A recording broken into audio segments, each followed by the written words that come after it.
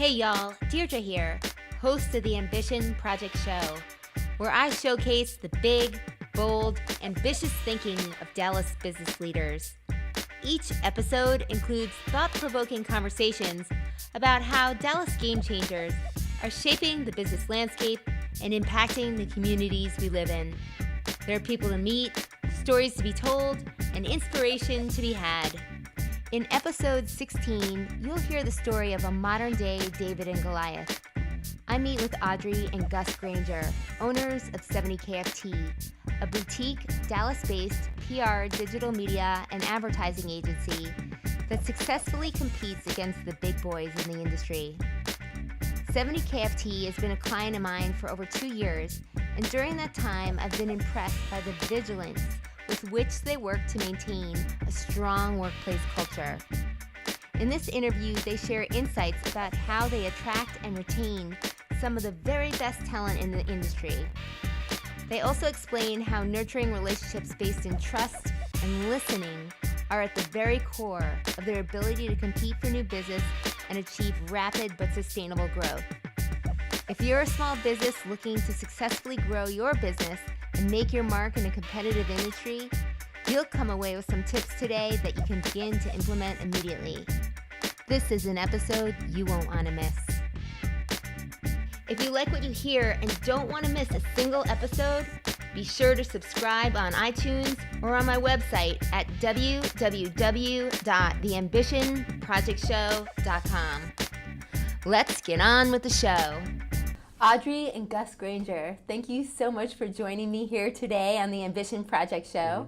Thank you. As you know, the show is about Dallas and ambitious business leaders and what they're doing to change the business landscape, not only out in this great city, but also within your own company. And admittedly, you're one of my most favorite people because you've been a client of mine and I've seen you go through some tremendous change, overcome some pretty big challenges to come to where you are today, which is a successful advertising and PR digital media agency. So thank you for taking the time to meet with me and to being willing to open up and talking about what you're up to and what you're doing. So first I'd like to focus on the name of your company, 70KFT. It's an unusual name. Of course. Explain to the listeners what the meaning of the name is and these unusual chairs you're sitting in. So, thanks for having us. Yes. 70KFT is an abbreviation for 70,000 feet. And so there's, in in business parlance, we talk about, 20,000 foot view, et cetera. The name is rooted in big picture strategy. And it goes back to our origins when we were small, 12 years ago, when it was just me, and we were purely a design firm. We used to be called Stratosphere Creative, and that was our URL, stratospherecreative.com. And 70KFT was our short URL. And as we grew beyond just being a design agency into more strategy, digital marketing, and public relations, we shifted to our short name to have a name which was going to be more inclusive and enigmatic and kind of like interesting, and that's where we landed. It's interesting. I was down looking in the directory, and I'm like, do I look under S for 7 or where is the number? Well, that's another benefit. Usually the number-based name puts us at the top of many lists, and so whenever we're at shows gathering awards, whether it's the Inc. 500 or the Dallas 100 or whoever's honoring us that week, we tend to be at the top of the list. So it's the digital equivalent of naming ourselves AAA, Integrated Marketing Communications. Like the plumbing and window washing and laundromat, AA laundromat. Well, that really speaks to the strategic thinking, the ways that you think differently, not only to differentiate yourself as an agency, but also for your clients.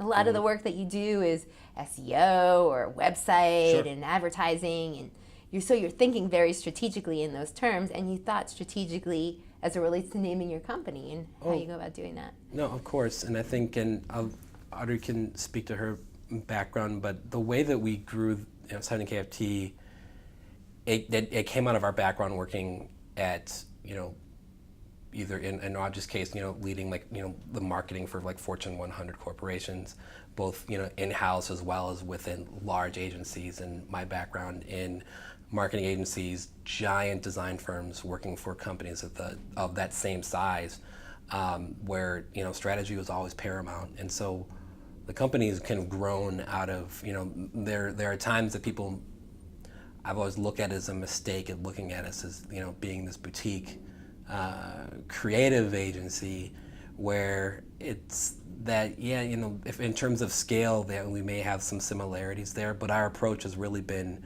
more of along the lines of we are approaching the work and staffing and building the type of culture and attracting the type of clients that agencies 1,000 times our size would.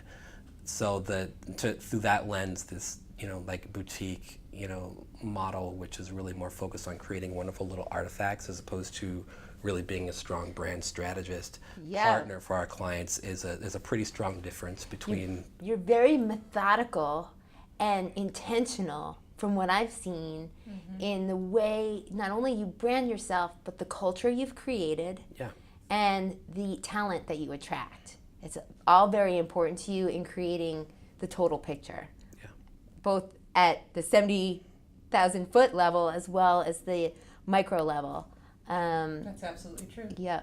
So Audrey, maybe you could tell us a little bit more about the importance of right hiring to you, because I know that's really important. Yes. And how that's shaped your agency.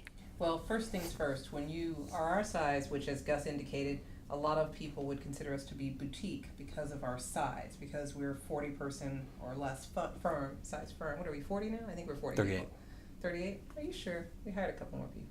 Our interns are Growing you're popping at the If seams. you consider interns people, I do consider interns then to we be are people. over 40. So with that said, interns are people. They're people too. Hashtag interns are people too. With that said, it's interesting because people don't realize how important it is. We're not a giant corporation. So when you hire someone and they come into a smaller ecosystem, if it's the wrong hire, it is felt and seen immediately. And we've made some stumbles. We've grown up a lot in how we hire. It used to be, 6-7 years ago, we would hire individuals based on our gut. Well, what we would later learn is that our guts weren't always the best barometer for excellence. And so then we started hiring not just based on gut or their core skill set, but based on here's how they'll fit in with our team. Not clicks, but fit in terms of behavioral responses. And behavior in and of itself became as important of an indicator of success as the work that they were going to do on a day-to-day basis. Because if your team has to do this. Yep. And if you don't know how they're going to behave while they're doing the work, they might never get past this point, but you need them to gel. Yep. And that comes with trust, it comes with adaptability, it comes with honesty, all sorts of things that if you don't ask the right questions or screen in the right fashion early on, you're not going to get there. Tell us a little bit about the practices that you employ in order to screen when people are initially coming in the door, but also how you maintain a healthy dynamic amongst your team as time goes on. Well, one of the things that we do today that we didn't do, 7 or 8 years ago is we do a DISC survey, as you know, because you help us with that. And that definitely changed our hiring practices. And people might say, oh, DISC, isn't that just like, Myers-Briggs or all that other stuff? It's a personality survey. It's not just a personality survey. It is more of a behavioral indicator for how people will respond and how they will react in certain situations. And we need that. We need that intelligence so we know what we're preparing for. It doesn't mean we exclude a person. It just means that we have more information about who they are and how they will conduct themselves in certain situations. So that's one of them. The other way we do it is we make sure we have them interviewed by at least one representative from each practice area within the company. So that's only like maybe 4 or 5 other individuals to have them interview with. Yep. But it helps tremendously. Yep. Tremendously. Because it's like a 360 review, so you get different perspectives and the Exactly. diversity of experience and perspectives in that process. Exactly. Well, and even before you get to that point, we're using an evaluation tool called Plum, Yes. where That also came from Deidre. Yes. is well, but which is like that's helping us. That's how would you describe it? That's measuring kind of aptitude, work styles. It's not necessarily communication things, but where as a hiring manager is, this is how I would describe the ideal candidate as someone who's even applying in the first place, that we can start to measure. It tends to be the types of things that you might be trying to mine your way through in that first phone call to see if you want to have someone come into an interview, or even after the second interview to kind of, it allows you to kind of fast forward that process and giving a score. That that's been I don't think any tool is perfect, but it definitely, when you're trying to figure out, like, look, 200 people applied to this thing, and then a good chunk of them have aptitudes that are alignment to the way that we've described the job on paper. All right, what's that next step? Is it going to be 50 phone calls, or is there another way for a meeting to be able to go through that? And I think that's where I think just using the best technological tools to help us make better decisions. Great tools in your key. tool chest, and then you also have the interpersonal relationship that help you gauge how you want to bring people in. Right. I think is big, and sometimes you'll stumble and fall and make mistakes even with those tools, but that does help cut out a lot of the stumbling that you might do without those tools. Would you agree? Yeah, absolutely. Yeah. And absolutely. now I like the fact that we've infused scenario-based questions in our interviews. So actually forcing a person to say on the spot, in person, without them writing it down ahead of time, how would you react if X happened? Yep. And just seeing what their response is. And you would be amazed how much you learn about a person when you ask them a scenario-based question. I've actually heard of some companies putting people on a small project at first, and then seeing what type of work that they're able to generate, and also their willingness to do that work without, first having the job. So, that's a lot to ask of an non-employee, but just an interesting approach. It is. So what I notice of you guys is that you have a tight team, a small team, and yet, even though people like to label you as boutique, you're doing big agency work. Tell us a little bit more about the work that you've been doing lately. So if we want to start with the biggest, we have cultivated a very strong expertise in enterprise cloud and IT infrastructure marketing, which is business-to-business marketing that has a pretty steep learning curve. And it's one that the team here has become pretty fluent in doing very well. And because of that, we've been pretty sought after in a way that, as far as agencies are concerned globally, we're with a handful of exceptions for the behemoth agencies that are out there, we're without peer. And so that's huge. It is huge. Without peer. Yeah. With the exception of a few large agencies. Exactly. And you're this small little 40-ish interns or not interns included company in Dallas making waves quietly. Right. Well, and it goes back to the type of teams that we're building is, we're even if you go to, the behemoth agency, they're still going to you're going to have a dozen people on your account. And so it's really about like, all right, how are we going to build the type of team, or can be a type of talent that's going to deliver the same caliber of work that if we were, a 5,000 person company as opposed to being 40. And I think it's that attraction of talent which has been a really a big part of us being able to do that well. But we've had a long relationship with Verizon and Hewlitt-Packard Enterprise and General Electric, that these are these are the relationships which are, we hold very, dear and close to us, and they come to us because of our, long experience in the space, and that, we're right alongside them and helping them, actually like guide their, their brand strategy and marketing Amazing. and positioning, as well as executing and creating, a variety of different marketing assets, from, web design to application development to email marketing to trade shows to really everything that they need to engage their audiences, that because we are fluent in the language of their technology, that we can create the type of impactful, relevant messaging that's going to influence the people they're trying to influence. So a holistic approach to marketing, PR, etc. Tell me a little bit, and I want to go to you, Audrey, in a second, around the PR piece and other things, because that's definitely your focus within the agency. But Gus, if you could give me, who's more the layperson, Right. What does enterprise cloud B2B entail?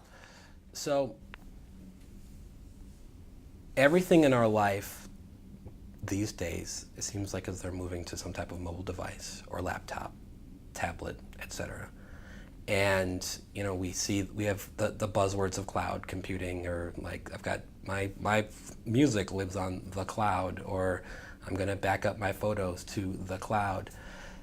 Essentially, cloud computing are servers which are somewhere other than your office or on your phone or in your home, and that the software which you are running when you open an app on your phone, the actual heavy lifting is happening in a data center someplace else. Mm-hmm. And there's a much broader, more involved description of that. Mm-hmm. But as computing and IT technology is becoming a core part of all businesses' strategy, period, whether you're a hospital or you're making cars or Yep. Light bulbs or trains, that computers and mobile technology is becoming essential to that, and all that software that's driving those things have to live somewhere. And so you have pretty much the entire business community which is trying to catch up, some which are leading, but you have the vast majority which are lagging and are dependent on technology which may be a decade or decades old, and they're trying to make this transition. Mm-hmm. And that requires a heavy lift on their standpoint, and they need the type of partners from companies providing that technology that they can trust, and that's going to be able to understand the position they're in. Well, it's like trying to catch a speeding train in a way. Mm-hmm. And so you're going, okay, here, like quickly, Right. like catch up, and we could get you there. Right.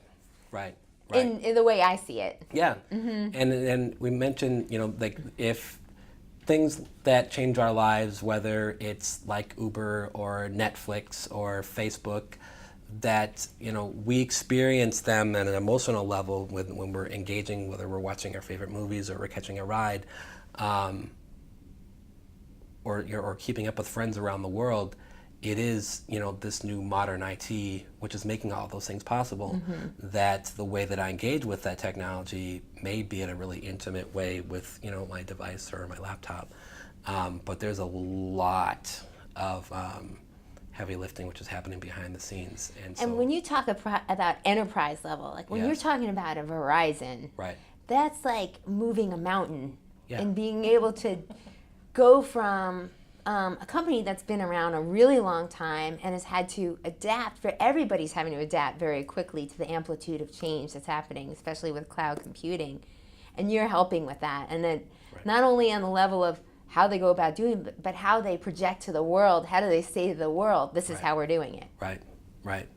It's huge. That's a Herculean task. It is. It's huge. Well, and a big part of that there's just the academic level of just understanding your client space and their target audiences, etc.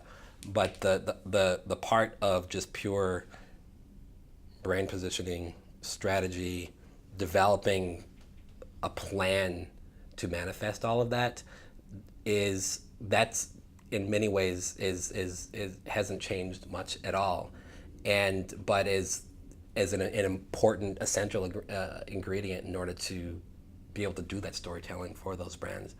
And it's really that's been done at its best with Audrey and her leadership there, and just guiding overall marketing strategy, and for us, but as well as the experience that she's brought from her, because she was in our clients' world in the past in leading marketing and public relations for Whirlpool Corporation, and that was not just one of the world's largest appliance manufacturers, but how many brands were you responsible for? I think 6. Yeah, and so that's like KitchenAid and Maytag, and that's huge. And she's been in the seat of our clients and managing agencies and managing campaigns, and that we've been able to build a team of, from an account management standpoint and from a strategy standpoint, and just really orienting our company as a team of marketing professionals, but also as a team of advocates for our clients.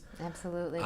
It's pretty rare to be able to have someone of this experience to help be part of creating that right chemistry, to put the right people in place in order to be able to earn the trust. Well, let's talk about this chemistry here, Yeah. and let's turn our sights to the PR side and the marketing side. Mm-hmm.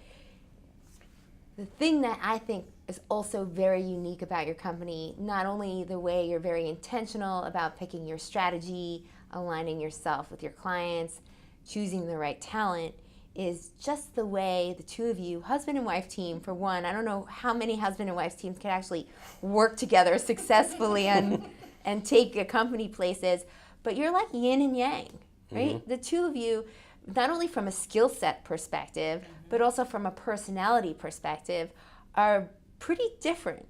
And that might work in a married relationship, but in a working relationship, you've taken your differences and created something that's just alchemy, right? 1 + 1 equals, you can't even put a number on it, right? Mm-hmm. So you have a very technical, creative background, which is an interesting mix, mm-hmm. right?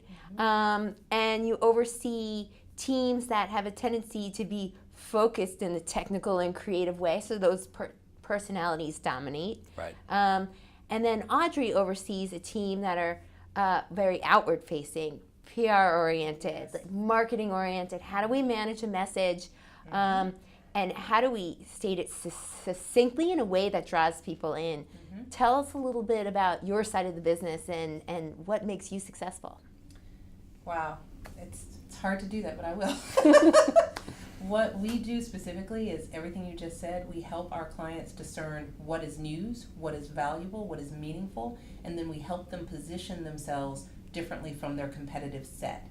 And so that requires a lot of analysis. A lot of what we're going to do, although it also happens on Gus' side of the business, is analytical thinking, just analytical, critical thinking about who our clients are. And I think Gus put it best a few minutes ago. We immerse ourselves in our clients' industries, but that means we also have to immerse ourselves in the competitive set. So we know as much about their industry by the time it's all said and done as they do, but we know what to do with it from a marketing perspective.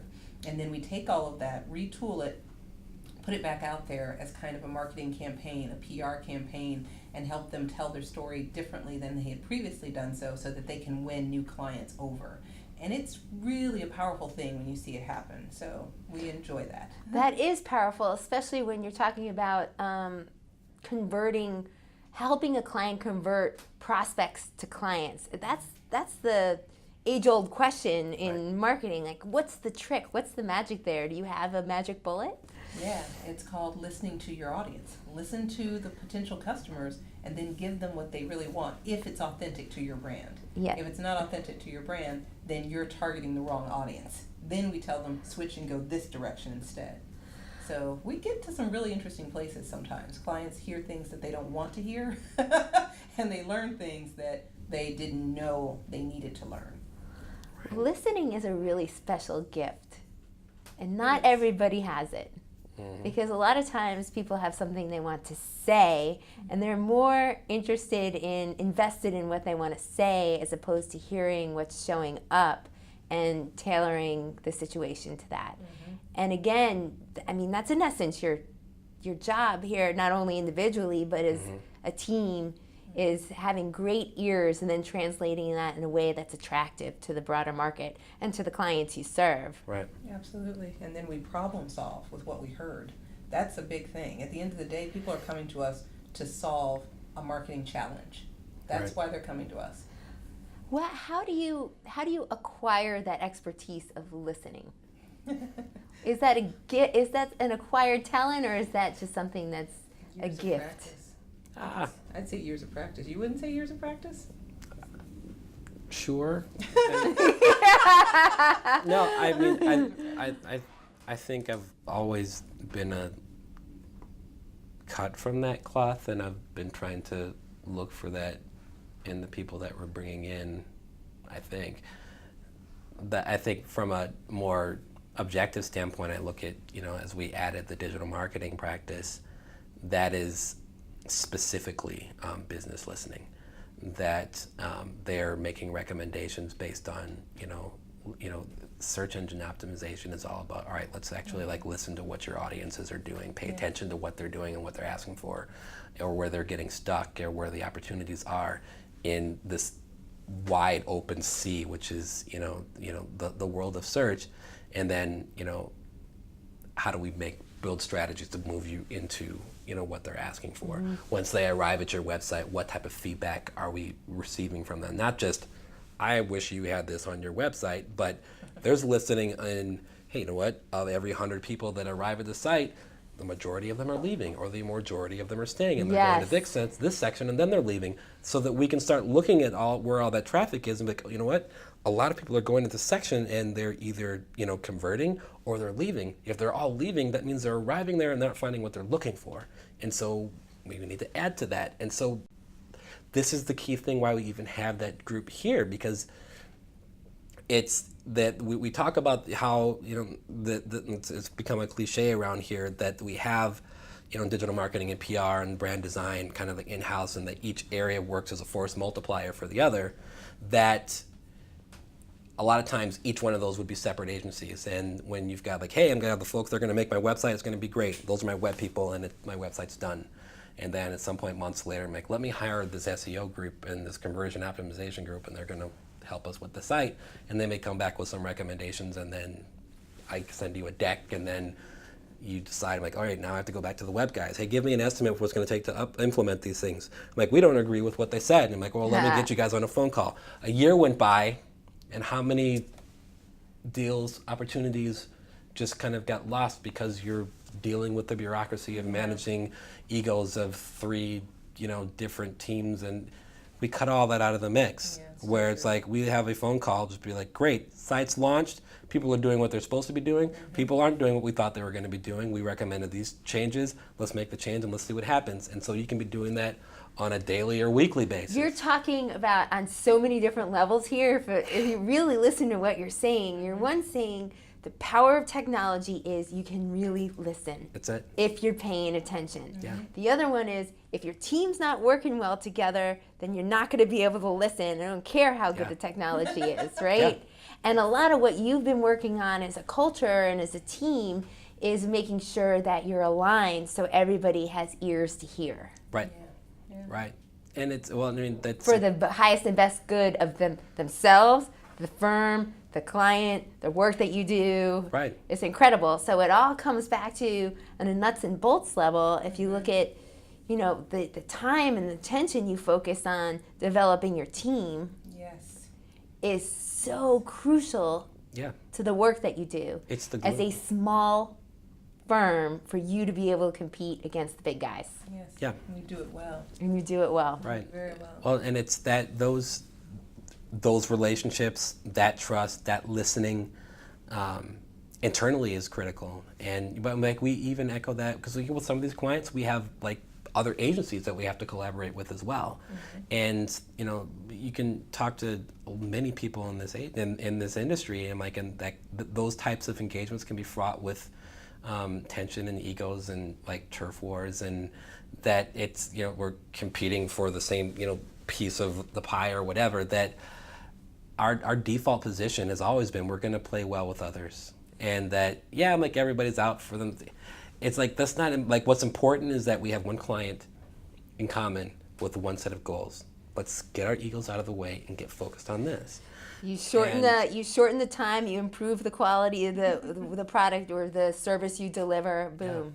Yeah. Imagine that. And that the same thing can play itself out with just, departments inside the agency, or that, it's obviously a different dynamic, but it's the same thing. Yeah. It's the same thing. The way that, the PR team's going to go about problem solving is going to be different than the way my copywriting team's going to go about problem solving. It's going to be different from the development team that's going to go about problem solving. Well, let's talk about that, because I worked with you and your different teams, because teams have different personalities, they have different agendas, right? And within a silo, that could get carried away. Right. But when you bring a team together and then you work around, okay, what's the best process here? What's the best protocol here? How do we keep the client first, yet get along so that we actually enjoy coming to work each day? Yeah. And that's a really big thing. Tell me about how you've overcome those challenges where others have tripped up over it. See, and I'm not going to say that we've completely overcome them. So it's always a work in process. Always a work in progress. We're human beings. We have to remind ourselves on a daily basis, myself and Gus and all of the people who work with us, that it's, just as you said, it's what's the client's main goal, but it's also what's the team's main goal. Nobody comes to work saying, you know what, today I aim to suck. Nobody says that. You know what I mean? Nobody wants that. They come to work, they want to do their best work, they want to deliver, they want to over-deliver. Yeah. Nobody comes to work wanting to under-deliver. Right, okay? exactly. So, first things first, what we're trying to do is get everybody to believe in their hearts that they're on the same side. You're on the same team. You want the same things. So how do we get there without tripping each other up? Yep.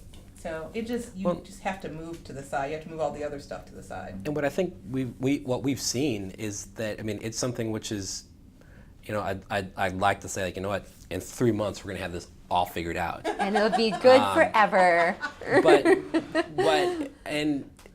It's work, but I think that whether, when we meet as a management team, and even when we did our, last retreat and we really start to dive into some of these dynamics, what is very clear is, and I think this actually, was insight that you'd kind of brought, because you'd done some, time with one-on-ones with a lot of the folks of the team, is that everybody's committed to the success of the work.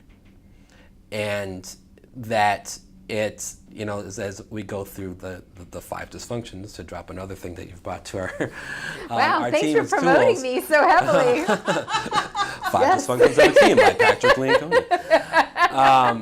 But as we look at all that, everybody is the commitment to the success of the project is the least, it's just not an issue.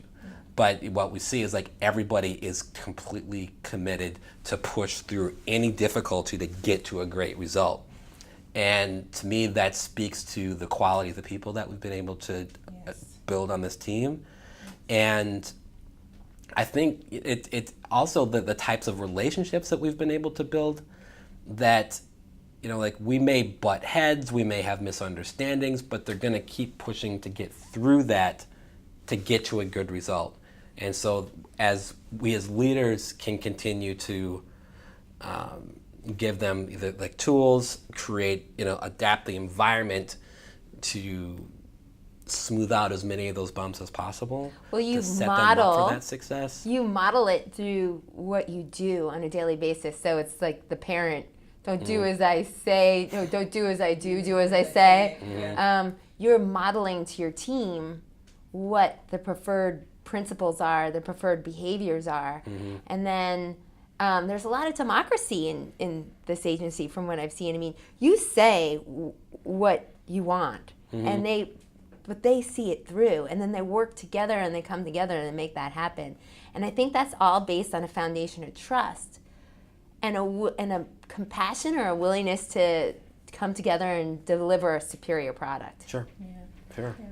Tell me a little bit about, Audrey, we talked before we started rolling, we talked about the importance of your faith.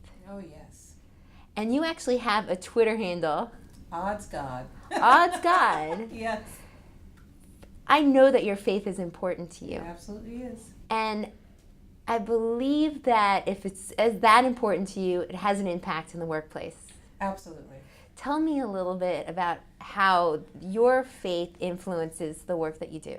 For as long as I have been, probably, I'll say definitively for probably the last 17 years, I start every morning with the hope and the prayer that I will do right by the people who come to work for me.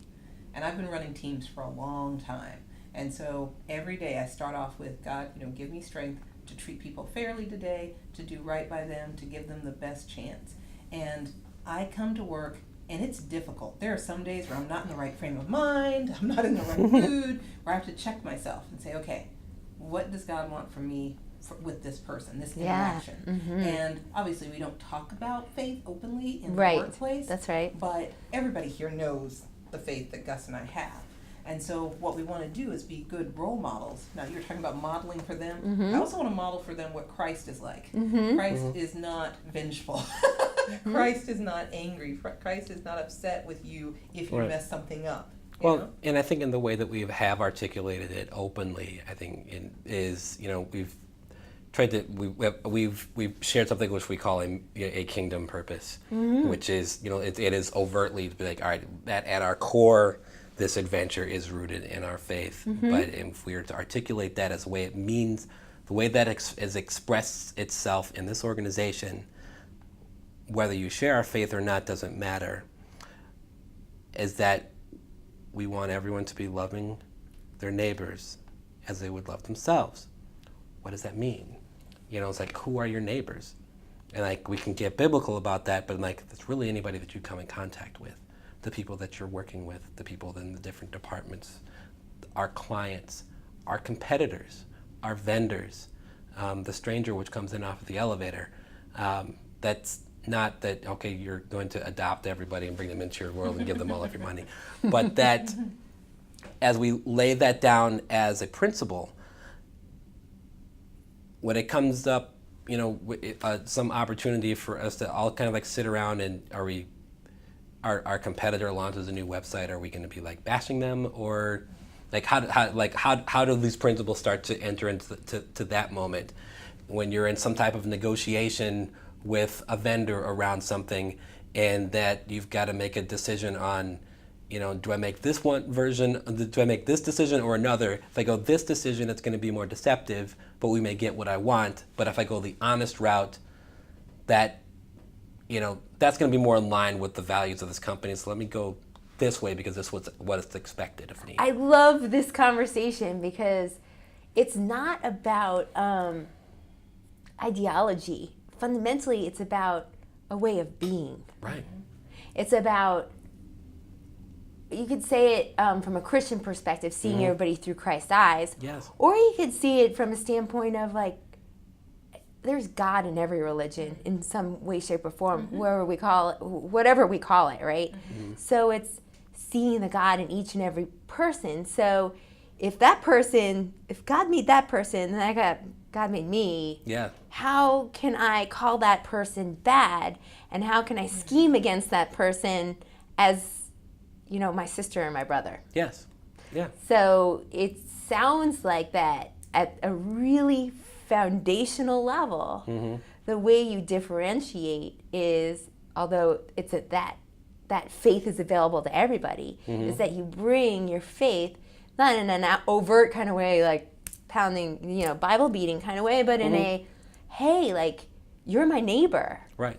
Even if you're my competitor in business. Right. You're my neighbor. Right. And I think there's, as let's talk about competition, and like there's being competitive, there's good sportsmanship and there's bad sportsmanship.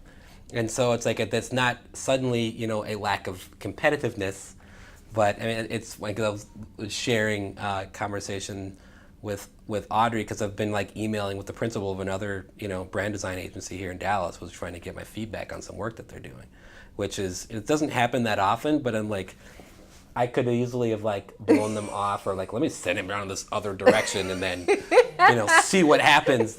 Shiny object over there, go. But I think, and I'm not, suddenly I'm like, all right, here's this email. What are my kingdom principles? And I'm like, I'm gonna. But I think, I'm in no way trying to say that I'm this, perfect like model of a person, but there did come a point as the company was growing that I had to look at when it's just when there was just me or just a handful of people that were supporting me, but people are still calling because they wanted Gus or they wanted Audrey, that there came a point where it's like, all right, how do we separate out the key things and make objective the reasons why they are coming to this team for the things that we are doing for them? What is it about Gus or Audrey that they like working with? What is it about the work that we're doing that they like, that they like and that they trust to meet their business's goals? And what is it about the process of problem solving that they enjoyed in their engagement? That if we start to prioritize listening, collaboration, that we're bringing joy into our process, that as all those different things, if we start to make those things objective, suddenly you've got a set of like values and principles that I think do go back to this idea of kingdom purpose, but that help you decide the type of people you want to bring into that environment to be able to replicate and grow that thing which worked when we were smaller. And so whether it was when now it was 4 to 40 to, we could be 400 at some point, and we've talked about how do we, we're not trying to bring bureaucracy for its own sake as we're improving processes and things, but, I've, shared with the team that if we're to, fast forward 500 years and somebody's to walk into a 70 KFT office and they've never seen a logo, I would like for them to be able to have the same impression that they do when they walk into one here. Talk about forward thinking. 500 years from now. No, but I mean, in all seriousness, so you're taking a macro or 70,000 foot view and then a principle of being, and you're tying it together. And I think this is what really helped you deal with the amplitude of growth that you have experienced lately. Is you went from being a husband and wife team with some employees who were with you for a while to all of a sudden, now we need to shift gears, right. And we can't, Audrey and Gus can't be available to each and every client. How do we lean into the skill set of our team and make that a even better value proposition for our client than we had even been alone? Right. Yeah, and there are some amazing people who've come to work with us. It's just some amazing people. And what I would point out is that beyond, the niche specialty that Gus was talking about of cloud computing and enterprise IT, we also do IT work. And those clients, those are really big name clients that we've been able to garner the attention of. But again, it's because of the people on our team. Our team, we're only as strong as our team. So our team, we've actually grown into having clients that are attracted to the people we have here on our team. Things have started to work in reverse. Nice. It's actually very lovely. So clients aren't so dependent on me and Gus anymore. They're looking at, hey, there's this agency called 70 KFT that has excellence. They have this excellent reputation. They deliver beautiful work product. Who's on that team? And they find that out, and then they want to work with us. But it's not just me and Gus. Right. And that's the ultimate goal, right? It's kind of, like parents outside of work. We want our kids to grow up to be bigger and better than we would ever have been. So it's the same thing with the work kids. You want them to exceed you, too. Yeah, and to a certain degree, it's a callback to the earlier point around when we were talking about naming and strategy there, that there's that was an intentional thing, that this is not Granger and Associates. Yeah.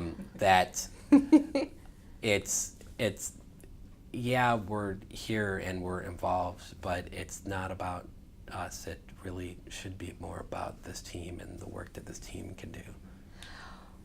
And so to segue a little bit, I look at all the work that you do and the large clients that you work with, and I think, gosh, do you have time for anything else? And you're surrounded by pictures of your 3 kids who are very important to you. How do you make time for your family? How do you carve out time, create balance.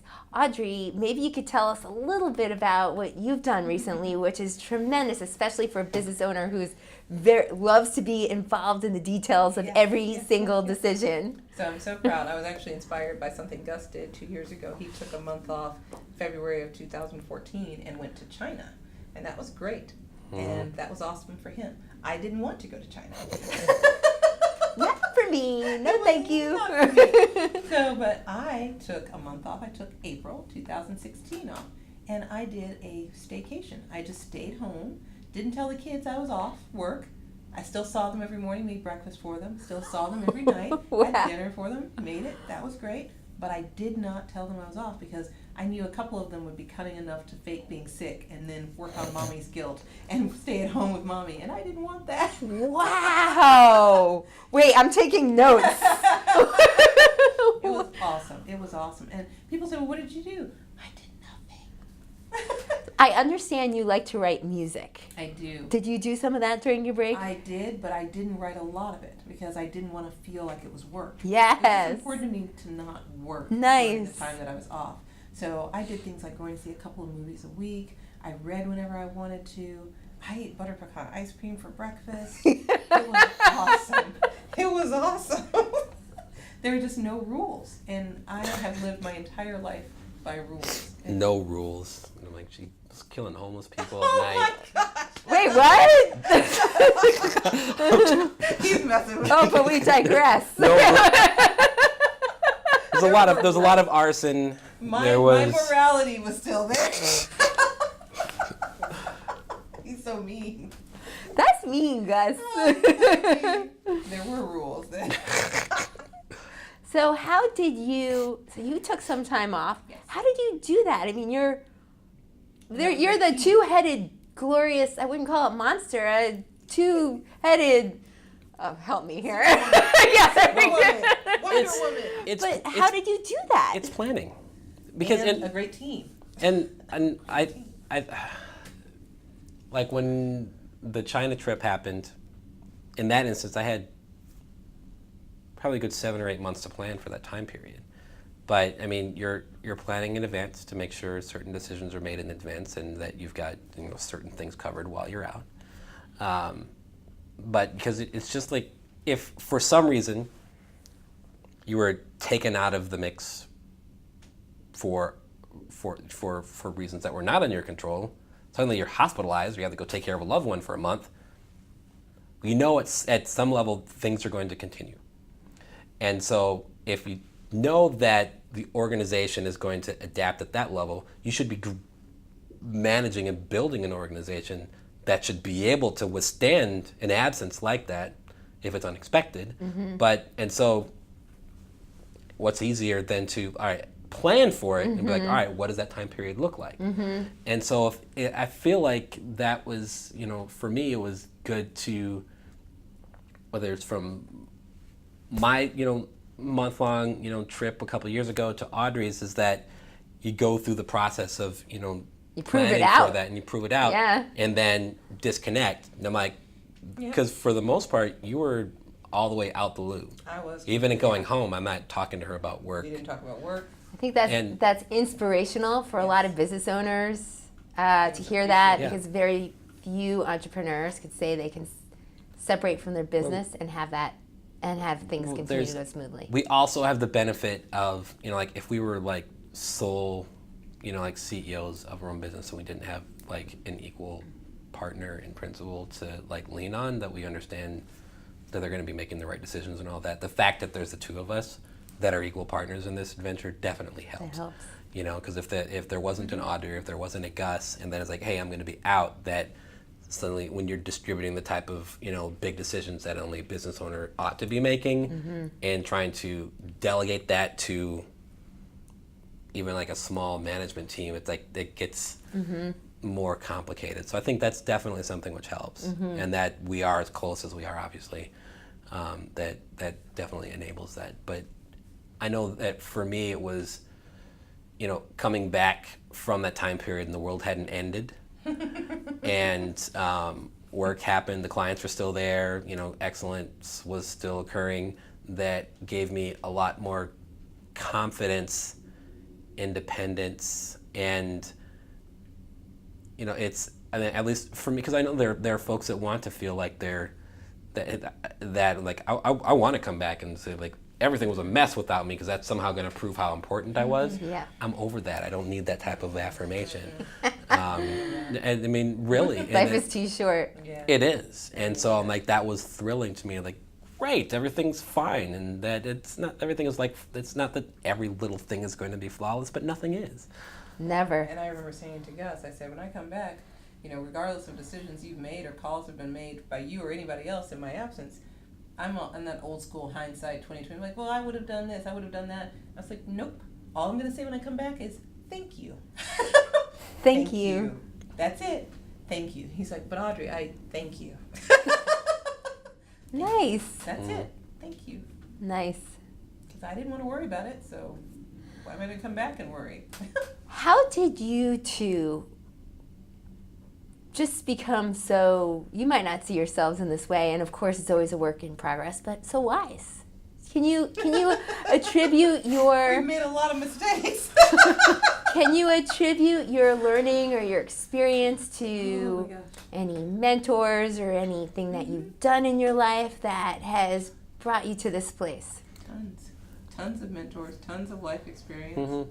You might have been fraternity and some other stuff. I mean, Yeah, I mean, it's more than just fraternities and stuff, but you said life experience. it's going back for you a bit. well, no, I think that, I mean, I think we've both been very driven from, like, we've been together since we were sophomores in college, and it was when I was a sophomore in college that I was like, all right, I'm going to have a design firm someday. It's going to be called Stratosphere. And that was actually right. He always had long-term thinking. Oh, yeah. He really did. Wow. But I think from that very moment, it was, Good choice. Yeah. and honestly, I think there was a competitiveness about it for me. There was, I was already driven from, I came from like a family where, like on my dad's side, there's like dentists everywhere, and my dad went to law school, and it was like, I'm going to be this artist. And that I was like, all right, I'm going to try to catch up with the family with what I'm going to do. And then I'm going to approach it with that same amount of intensity that somebody that's going through pre-med, or when I get my first job, I'm going to work it like I'm, going, through my residency. That, like, in some ways I was in that mindset at first, like, I'm going to work as hard as anybody else would to accomplish these goals. And so that had me looking at, I had a graphic design degree, but I'm studying business law. I'm, studying communications. I know I'm going to have to be managing. I'm studying interpersonal communications. When I started working in agencies, I was very focused on listening to the owners of the agencies and the creative directors and learning everything that I can. We're working very closely with a business consultant who out of Tennessee, that all that he does is work with creative and interactive agencies. I first met him in one of my early jobs when I was a couple years out of school. Nice. Because he was consulting for my boss then. And that I was like, I need to take note of this guy and really start following. So I've been studying his work since then for, probably the last 15 years. And so now we're working together now. So every job, so when it came time to starting the company, people say, all right, how do you ever know that you're ready? I wouldn't say that I knew everything at that point, because I feel like I knew enough to take the leap, and it was scary as hell. But yeah, I can start launching off like people like that guy David Baker to Willie Baronet, who was principal and creative director, as another creative director, made a new house. My first creative director, Bruce Edwards, and John Seymour Anderson, who worked for him, that every single one of them has a different, level of wisdom to kind of like how to do this stuff well, that I still find myself thinking back to like how would they do these different things as I'm going about my job here. But even the last job that I had, which was at VSA Partners, which is, Dana Arnett, Kurt Schreiber, Jeff Walker, Steve Ryan, Jamie Now I'm gonna have to Koval. list off everybody. Well, like, no, it's funny. This it's, is like it's an Emmy speech. it's- Oh wait, I don't want to. No, but But it's tough. this is important. You're saying something that's very important. Is there's a lot of very influential people in your life who made you who you are today, Sure. and you're thankful to them, and they're just a part of the fabric of who you are and your experience. There's such a diversity of different situations that I think, all right, I'm like, it's 2:00 in the morning. I've got a dozen people here working on a project. They would rather not be here. I can flash back to when I was in that exact situation. And how did my creative director at that point, when I was falling asleep at my keyboard, step in, inspire me to want to be there, keep pushing, working together, that I'm like, those are like, as I start thinking of some of those names, like, you know what, that's the moment where I'm thinking about this particular individual and how I can lead my team well in this moment. And so it's not like one person be like, this is the one shining voice that, you know, opened the door for everything, but it's been collecting, you know, and being, seeking out and being open and, you know, gathering the type of like wisdom and experience that I wanted to be able to grow this thing. So for Audrey, I'm going to ask this question of you. For those that are coming up in the industry right now, I shy away from the term millennials because everybody wants to, you know, pile on with regards to what they think their projection of what a millennial is. But for people coming up in the industry, and specifically to the Dallas-Fort Worth area, do you have any suggestions on things they should be doing, best practices, anything like that? Yes, reading everything they can get their hands on. Not just reading materials for their specific area of study, but also, as Gus was saying before, reading about management, reading about business, reading the newspaper.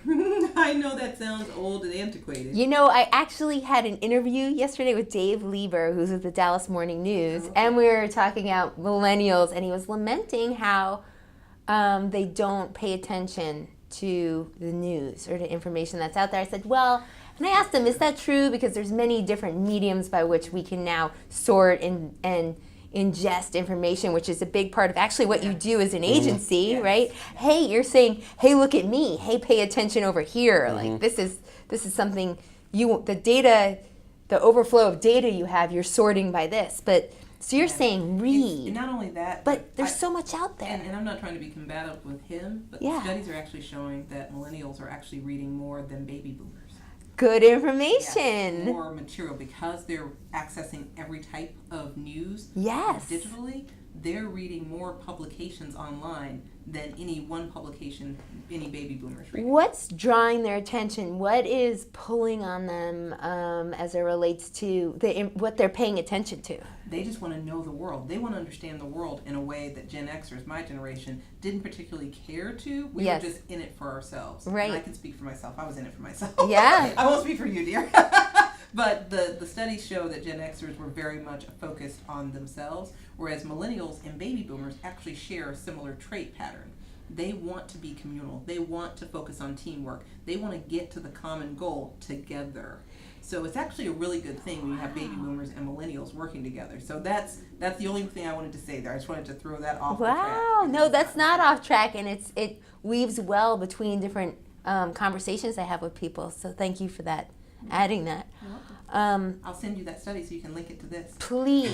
And also, if there's so much diverse information out there, any recommendations on what people should be reading or that you found personally helpful? Oh my gosh. Oh, I read so much. I know you do. Oh, okay, so Just pick out a few nuggets, and then if you want, there are others, we can link to this episode online. We can do that too. I would say Centered Leadership by, I think it's Joanne Barsh, I think is her name, but I will send it to you to link it to. That's a really good one because it just talks about understanding who you are at your core and what makes you comfortable with leadership, and again, not being so focused on being at another person, but focused on how you lead first within yourself and then work your way out. Oh my gosh, that's it right there.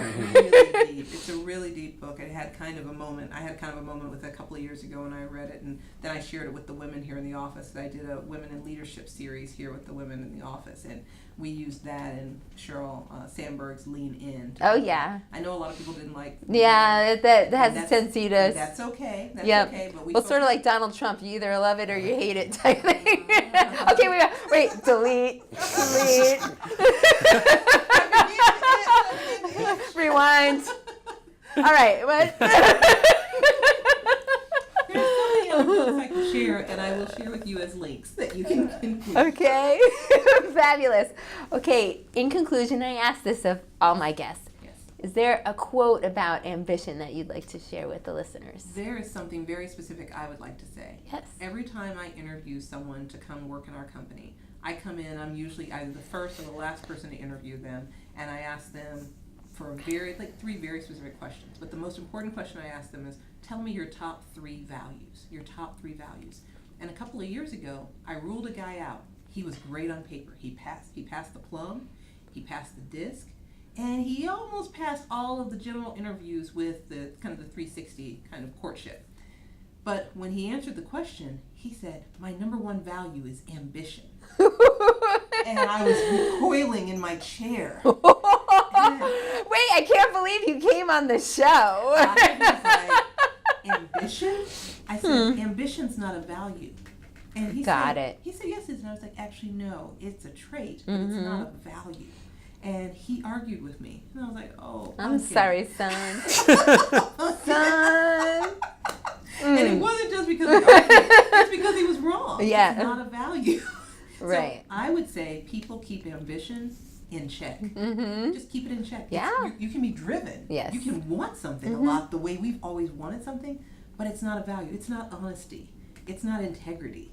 It's not the things that really matter. It's not kindness. No, it's not kindness. And those are the things that really matter. If I can't work with anybody who's not honest or vulnerable. If I have a beef with you, you're missing one of those two things. Either you're not honest or you're not vulnerable. And I need both of those things in order to feel that I can let my guard down and trust you enough and respect you to work with you. And you've definitely both exhibited both of those traits during this interview today. Thank you so much for being vulnerable enough to be interviewed for me on the Ambition Project show. I'm going to call it the Honesty and Truth show. Keep your name. Just don't call it a value. Don't call it a value. Thank you so much for being on the show. It's our pleasure. And for all the listeners out there, you can find links to everything we discussed today by going to www.theambitionprojectshow.com. Thanks for joining us, and don't forget to be ambitious, my friends, and kind, and true, and happy. Oh, wait, what else? Okay. Loving. Thank you, Audrey and Gus. Thank you. My pleasure. If you like what you hear on the show, subscribe to it on iTunes, and don't forget to leave your feedback.